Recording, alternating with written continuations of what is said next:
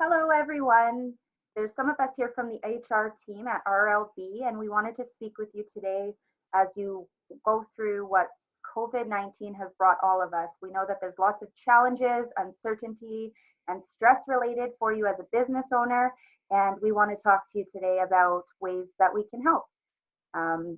If for those of you who don't know, we offer HR consulting, and we've been servicing clients regularly prior to this, but more so through this. And I'll introduce the team, and we'll each talk to you about some points that we have to share with you. So we'll start with Dana Gidge. Dana is a senior consultant with the firm, and Dana has been working tirelessly day in and day out the last couple of weeks servicing clients on these concerns and questions. So Dana, if you wouldn't mind sharing with us what you're seeing in the industry. So certainly there's been a lot of different questions that we've been having over the last little while. Probably one of the hottest questions that we're having this week alone is employees that are calling in and wanting to self-isolate for a number of different reasons. One would be that they have someone at home that have a compromised immune system, or even somebody that they didn't realize maybe they have a compromised system themselves, and they've suddenly said, oh, maybe I should not be at work. And how, as employers, we need to deal with that. So certainly we don't want to tell them, no, they can't. They still have to come in. We don't want to force them to come in, but certainly we can do a leave of absence, and that employee can apply for the CERB, or the Canadian Emergency Response Benefit. So that's something that's out there now that's in addition to an EI program out there for employees. Some of the other top questions that we're getting certainly on the employer front would be the wage subsidy. So more information was released yesterday with regards to that 75% wage subsidy. It started with a 10%, and that since then, the Prime Minister has announced the 75%. So you qualify for either one. So certainly that makes it a lot more easier for employers to keep their employees on the payroll, which is great. So the other ones that we're getting is certain layoff questions. One thing I'll caution, sometimes it's better if you have more than one layoff at a time. Certainly if you're laying off an employee that maybe be that difficult employee, and you say, well, if you're just laying off that difficult employee, they'll come back and say, well, why is it just me that you're laying off? So if you've got a group, it's always good to have the group and do it all at the same time, just to kind of mitigate some of that risk of why me. And if you can certainly get them to have an agreeable temporary layoff, then that's great, and certainly extend their benefits during that time as well. Thing I'll probably talk about is work share options that are out there now. There's some, certainly the timing for work share has been waived, the 30-day timing limit. The application process is much, much easier. Where there is a top up through EI, they also come to work and the employer pays them as well.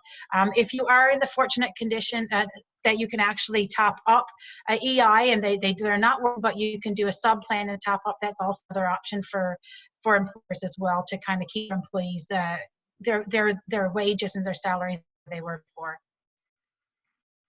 That's great, Dana. Thank you for that. And speaking of going through tough times, Christine Holman is our HR manager at the firm.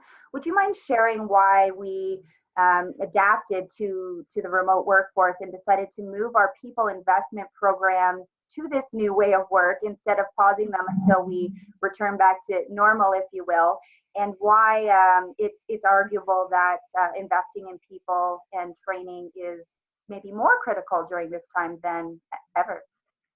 Absolutely. So maintaining or even ramping up your people investment programs, specifically recognition and training, is definitely critically important for organizations during this time. First off, continuing with these programs sends two really clear messages to your team. The first is that your organization is planning to pull through this pandemic and is still engaged in long-term strategic thinking and planning, not just responding to short-term restrictions. The second message is that the fundamental commitment that you as an organization have to your team members' well-being and development, both long-term and short-term, has not changed. You really need to know that you still continue to care about their work and their well-being, even if not physically in the office. The second reason to consider is that these programs, recognition in particular, helps to strengthen relationships, bonding, and a sense of trust between team members. Many of your team are probably feeling very isolated working from home, which is new for them. And recognition enables your team to feel seen. And this emotion of feeling seen in humans releases positive energy, which actually enables your team to be more creative, more productive, and connected to your organization's vision. The second is that training programs and appropriate recognition actually helps to reinforce the behaviors and values that your organization wants to continue. With being more isolated, team members are more likely to be disengaged, and combined with less oversight may lead to some low productivity and potentially even misconduct. So it's really more important than ever that you want to teach and appropriately recognize the behaviors that you want to continue. Finally, the next reason is that you want things to be as normal as possible for your team. I think all of us, throughout the world have had to dramatically change where, when, how we both work and live over the past few weeks, which has been a little unsettling. So keeping your programs, your policies, your expectations as much the same as it was before will provide a sense of security and routine for your team, which can actually help lower levels of anxiety. So I just want to leave you, there's a couple things I'd encourage you to consider when thinking about, training and recognition is first that this particular situation hasn't changed your obligation to help your team members grow and continue their development. It may be really tempting to label employee development and these type of programs as non-essential and cut back spending and efforts in this area, but we encourage you not to do so, as this may lead to some disengagement, lower productivity, and ultimately some turnover in the long term.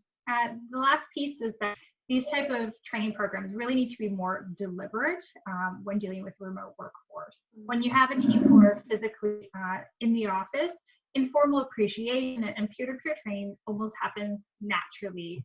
People have chance encounters when they're walking in the hallways, in the break room, even just sitting in a conference room waiting for a meeting. They don't happen as often with remote workforce, so the team really needs to be more deliberate in their efforts in these particular areas. That's great, Christine. Thank you. And now that we've understood and heard why this is important, I'll introduce Madeline Bowman on our HR team as well. Madeline, can you share with our listeners some tangible tips, tricks, or creative programs that they may be able to implement to encourage this type of connectivity through a remote work arrangement, and also to continue with team building? Yeah, for sure. Yeah, during this time where we are working remotely, it is really important for us to stay connected in order to continue to be engaged and motivated. So some of the events that we have done here at RLB, we are going to be doing a yoga session as well. So we have a yoga trainer coming in via Zoom, and everyone can join in and participate. So that way you get some physical exercise as well as some, mindfulness and self-care during this time as well. We also have done a fur movie night with Netflix Party. So we set a poll and we said, hey, what movie does the team want to watch? And it's a fun kind of social event to keep everyone engaged and involved. And then we're also doing a family movie night. So this is for the whole family at home. They can tune in and listen to a movie with each other and chat while the movie's going on. Another idea for an event or team building is a multiplayer online gaming tournament. It's a great way to kind of get involved, have some fun. And regardless of whether you're an extrovert or an introvert, staying connected with your team is key. And we can't always turn around in our chair and tap someone on the shoulder. So how do we stay connected? What are some of those tools and tips? So a great one to use is Slack. Slack, you can have, a big channel where everyone can participate. We have an example of one of our channels is Isolation Station, so people can share a picture of their coffee mug in the morning or a picture of their furry creature sitting next to them. And it's a great way to share your personal impact, as well as, you may not be, when you come in from the weekend on Monday morning, you might want to tell people about your weekend and you might feel like you can't do that anymore. So it's a great way to contribute that way. And then also having maybe a more serious station, such as we use a channel called COVID-19, where we share some of the firm updates, the news, and some of the more serious things that are going on.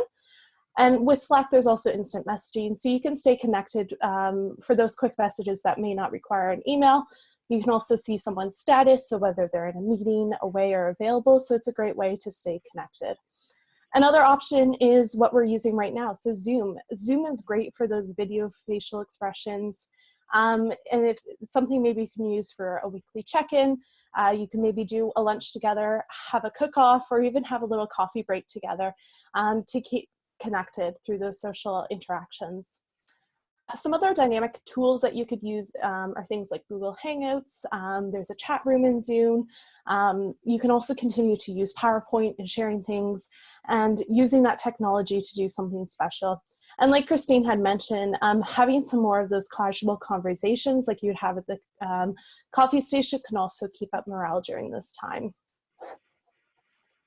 Very good. Thank you so much for that. And now I want to speak to all of you, whether you're business owners or leaders in organizations, and whether you've been able to put your workforce and team to a remote session or not. Maybe you're still working, whether you're deemed essential business, or maybe you've had to close down or shut down or even reduce team members. As a leader or an owner, I know that that's scary. I know that this is a crisis and it's uncharted waters. Just know that we're all going through this together, and you don't have to have all the answers. What I will say to you and what we want to message to you today and what you hear, if nothing else, is that during a crisis, your character and your culture is what's going to be truly, truly revealed. So whoever we say we are or think we want to be, it's going to be revealed during these tough times. So keep that in mind when you're making decisions. Please remember, you don't have to have all the answers. You're not in this alone. What you need is to just give authentic, genuine information to your team, communicate with them more now than ever, be in front of them and be visible. They just need you to be available in times of uncertainty. They do not need you to have the answers. If you want a little extra support, certainly reach out. We'll link our information here below. But I just want to share something to you around crisis. When we're having our worst day here and we think we can't get through it, the reason that I know you can and that we know you can is because you've been trained for this before. You have experience dealing with crisis. As a leader in any organization, in any team size, in any, whether you own a business, whether you're managing a team of one, as a leader, you have experience in this. A leader does not ever have 2 good consecutive days. Let's just be really real about that. Under normal circumstances, we have good days, but not consecutively. So a leader has had to have multiple consecutive days where they're bad, and you can't just walk away from them. So that experience that you've had in the past is what you need to bring forward today. You've done this, you can get through this. A crisis is an intense time of difficulty requiring a decision that will have a turning point. So again, we've made these decisions before. We've been in this place before. Maybe not of this severity, but we've done it and we can do it again. I just want to remind you that, again, you don't have to have all the answers. A crisis is hard. This is new for all of us, and we will pull together as a team and get through this. And as much as it doesn't feel like it today, it will pass. All crises do eventually, and we will learn something from this that will make us better when we come on the other side of it. As a leader, just stay strong and stay steady and stay available. And again, reach out to us with any questions, even if you just need a personal chat or someone to vent or talk to. The last piece I'll add is we have a blog article that Dana's been maintaining daily. So information's changing so rapidly right now, which is also why it makes it difficult to navigate this time.